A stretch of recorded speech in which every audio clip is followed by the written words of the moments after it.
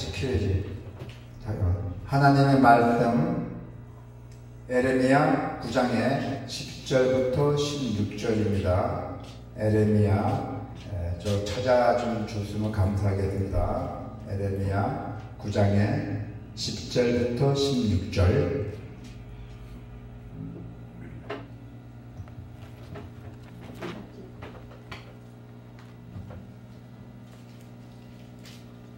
구장의 10절부터 16절입니다.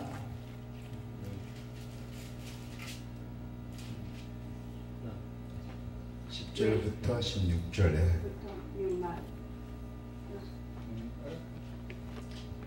다 같이 함께 같이 렘자에 렘.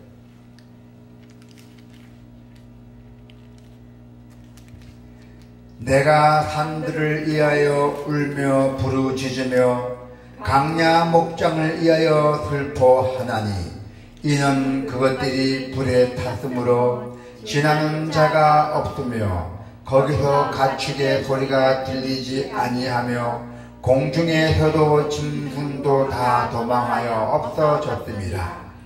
내가 예루살렘을 무더기로 만들며 승냥이 굴이 되게 하겠고 유다의 성읍들을 황폐하게 하여 주민이 없게 하리라.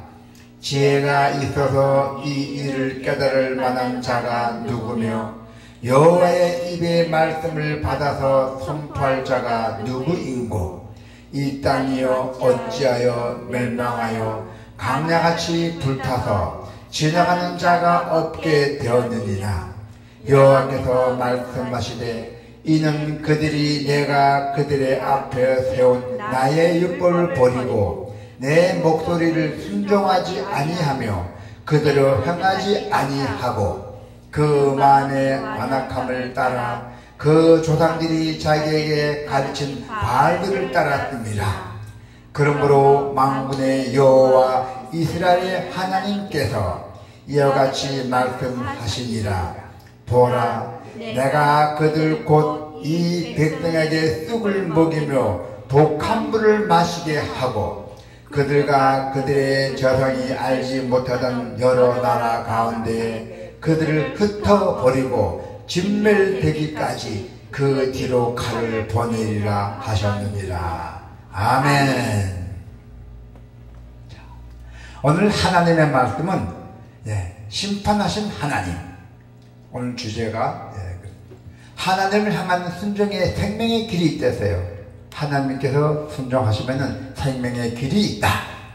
오늘의 본문의 핵심은 에레미야는 불에 타있는 성읍, 도시, 거기는 사람도 짐승도 없는 산과 강야를 위해 애곡하며 죄가 있어 이 일을 깨닫고 하나님의 말씀을 선포할 자가 누구인지 묻습니다. 하나님은 예루살렘과 유다 성읍들을 황폐하게 하시고 또 하나님의 목소리에 순종하지 않고 바알 신을 따르는 그 완악한 백성을 여러 나라로 흩어버린 데서요.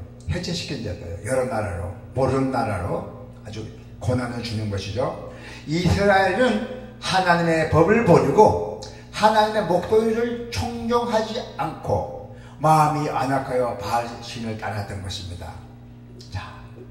이들이 여호와의 말씀을 저버리고 그 목소리로 청종하지 아니하며 바알을 따라간 것은 무지해서 온 것입니다. 그래서 마음이 안악한 데서 온 것이고 우리 인간의 죄악을 심판하시는 우리 공의로우신 하나님은 자비의 아버지이십니다. 자비의 하나님이십니다. 하나님은 심판을 통해서 인간의 죄악에서 돌이켜 하나님의 은혜 안에 머물기를 기다리고 계세요. 하나님은 여러분들을 죄를 해결하고 다시 하나님 안에 오게끔, 품에 오게끔 기다리고 계신다는 것입니다. 할렐루야. 하나님은 우리가 심판으로 환난 당하는 것을 기뻐하지 않으십니다. 우리가 하나님 자녀니까.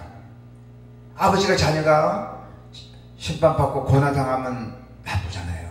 그래서 하나님은 우리가 심판으로 인하여 환난 당하는 것을 기뻐하지 않으십니다. 그리고 하나님은 우리가 심판에 대해서 미리 깨달아 파멸과 고통에서 벗어나기를 원하고 계세요. 그래서 여러분이 평강하기를 원하고 계십니다. 우리 하나님 아버지께서. 하나님이 우리에게 경고하신 제약의 결과가 있어요. 우리에게 경고하신 제 결과가 무엇입니까? 자, 첫 번째 볼까요? 오늘 본문에 항편을 삼게 된다죠. 항폐한 삶. 항폐하죠. 성읍이 다 항폐해버렸잖아요. 우리 삶에 하나님이 심판이 임하게 된다면은 하나님이 우리에게 주신 그 풍요롭고 아름다운 그것이 다 없어지고 그 성읍 도시가 항폐함으로 변한다는 것입니다. 무동하고 풍요로운 것이 모두 항무지가 되고 사람으로 가득 찼던 곳이 지나다니는 사람이 다 없게 됩니다. 가축도 공중에서도 들의 짐승도 사라지는 사막과 같은 곳이 되어버린다는 것이죠. 이러한 심판이 찾아올 때 우리는 당황하잖아요. 은혜롭고 자비하신 하나님의 그 성품을 우리가 생각을 한다면은 그러한 심판이 임할 것이라고 결코 상상할 수도 없죠. 그러나 하나님은 분명하게 강력하게 죄에 대한 심판을 경고하고 계십니다. 유다 백성에게 선포된 그 심판의 예언은 마침내 그들이 바벨론의 포로로 끌려감으로 완벽하게 실현이 되었던 것이고 바벨론의 침략으로 유다 땅은 더 이상 사람이 살 수 없는 항폐한 곳이 되어버렸잖아요. 하나님이 주셔서 우리가 당연한 듯 누리고 있던 그 풍요로운 마을, 성읍, 그리고 또 이렇게 우리의 죄로 말미암아 한순간에 사라져 버렸잖아요. 그 평강한 그 성읍이 하나님이 저주로 인하여 우리가 죄를 말미암아서 한순간에 사라져 버렸어요. 유다 백성은 하나님을 버렸잖아요. 그리고 바알신을 따름으로써 그들의 삶을 스스로 파멸시켰어요. 자신 스스로. 이와 마찬가지로 우리가 하나님보다 이 세상의 물질과 쾌락이 빠져 있다면 과연 우리의 삶은 그 항무지가 될 수 있다는 겁니다. 그래서 여기에서 오늘 본문에 하나님의 경고를 통해서 우리가 겸허하게 받아들여야 합니다. 아울러 우리의 삶과 마음에 이러한 모습이 발견이 된다면 지체하지 말고 하나님을 섬기는 복된 자리로 돌아와야 돼요. 지체하지 말고 꼭 그렇게 되기를 바랍니다. 고통도 당하고 죽음까지도 올 수가 있습니다. 하나님의 심판 때는 죄로 말미암아 찾아오는 하나님의 심판은 죽음입니다. 하나님은 우리가 죄를 짓는 것이 결국은 쓴 쑥을 먹고 독이 들어있는 물을 마시는 것과 같다고 말씀하고 계세요. 쓴 쑥과 독한 물을 먹는 자는 죽음에 이르게 되고 먹을 것이 없어서 죽을 것을 알면서도 쓴 쑥과 독한 물을 마셔야 하는 그 고통스러운 상황이 찾아온다는 것입니다. 죽음의 고통은 가져온 그 유다 백성의 죄는 과연 무엇일까요? 왜 유다 백성에게 죽음과 고통이 왔습니까?